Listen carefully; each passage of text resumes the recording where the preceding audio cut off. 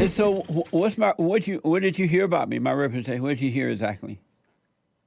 I Googled it and it said something that you had I think you had said at some point that women shouldn't vote. Yeah, I'm about to ask you about that. How do I feel about women's suffrage? I'm in favor. That's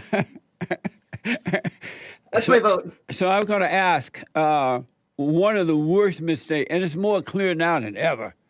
One of the worst mistakes that we made in this country is to allow women to vote. Am I wrong?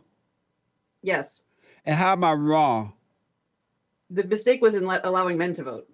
That was clearly the mistake. But when men were... Look what you've done with the world. When men were... You guys have had total control of the world for at least 5 years now, and what have you done with it?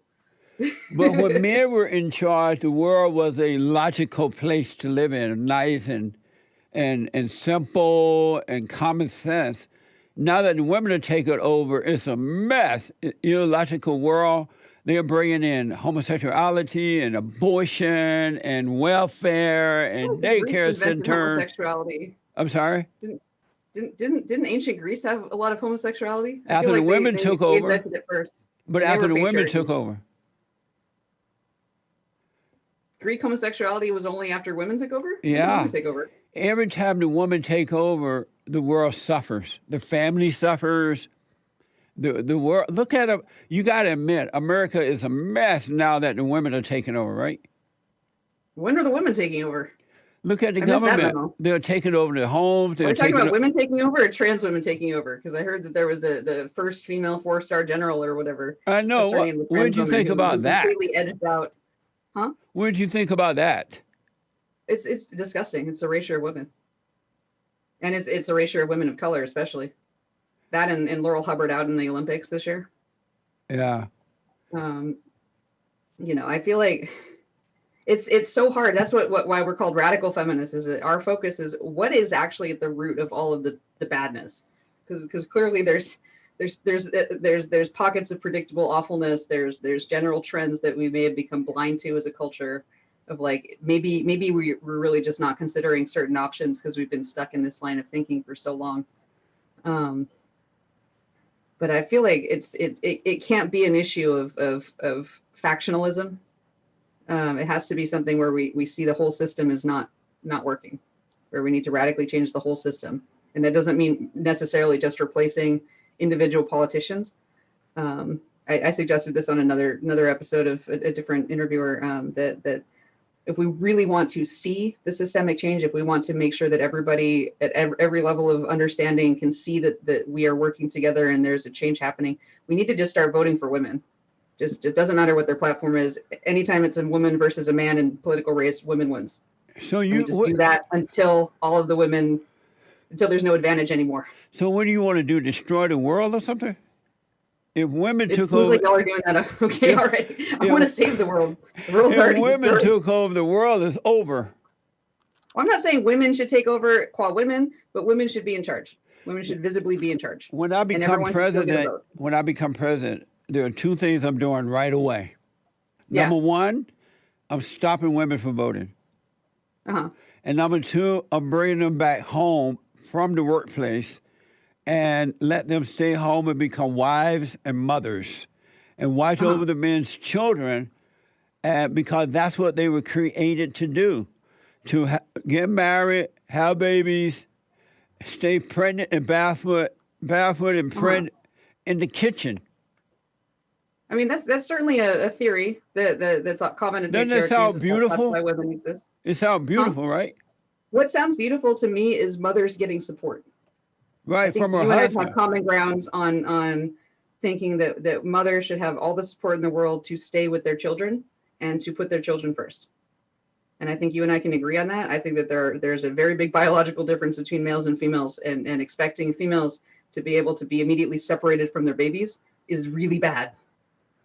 I think having policies in place that make it so that women have to choose between bonding with their child, and men too, but especially women, because there's a big biological difference there. Babies know when they're near their mom or not. They know. Adoption is trauma too, for the same reason. Babies know. That's why support women. That's why we have to bring men back to order so that they can help the woman, show the woman how to overcome that hell she's in, because they're so emotional and illogical in the mind, mentally illogical. They're up and down in their feelings. They don't really know what they want. And men need to come back to order so that they can bring the women out of the hell that they're living in. I think we agree on the fact that there are a lot of women living in a very, very hellish emotional landscape right now.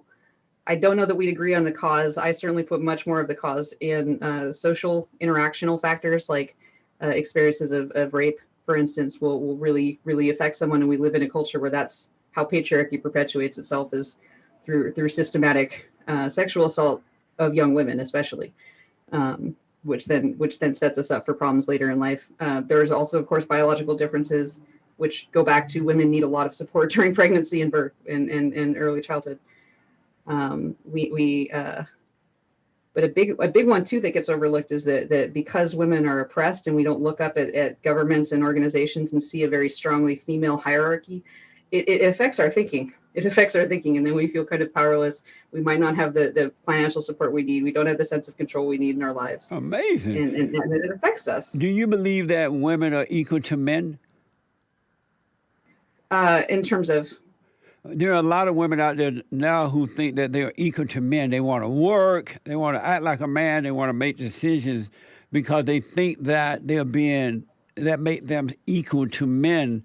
Whereas women are below the man, they're not equal to the man, but they're working hard to try to make it that way. It's like trying to make a man doing surgery on a man to make him be a woman, or a woman to become a man. That can never be, and likewise, women can never be equal to men. And so they lie to themselves and pretend that it's real, when reality is we know that it's not real. Yeah. Yeah, so whereas perhaps the traditional is the wrong word, maybe it could be termed more liberal feminism, an approach to achieving equality between men and women within feminism might be, well, women should just do everything men do and compete with men on men's terms according to male bodily expectations. And that's not reasonable. That will just systematically oppress women because women are different. We need to get pregnant. Society needs us to get pregnant, but it needs us to do that. That's the difference. So, and the system we have now, I think radical feminists are the ones that see that. Radical feminists are the ones that want to make it so that needing to stay home a few days a month because you have a severe menstrual cramps, that shouldn't keep you from succeeding career-wise. There's no reason we can't set up the career ladder to be such that women with women's bodies can't still go just as far.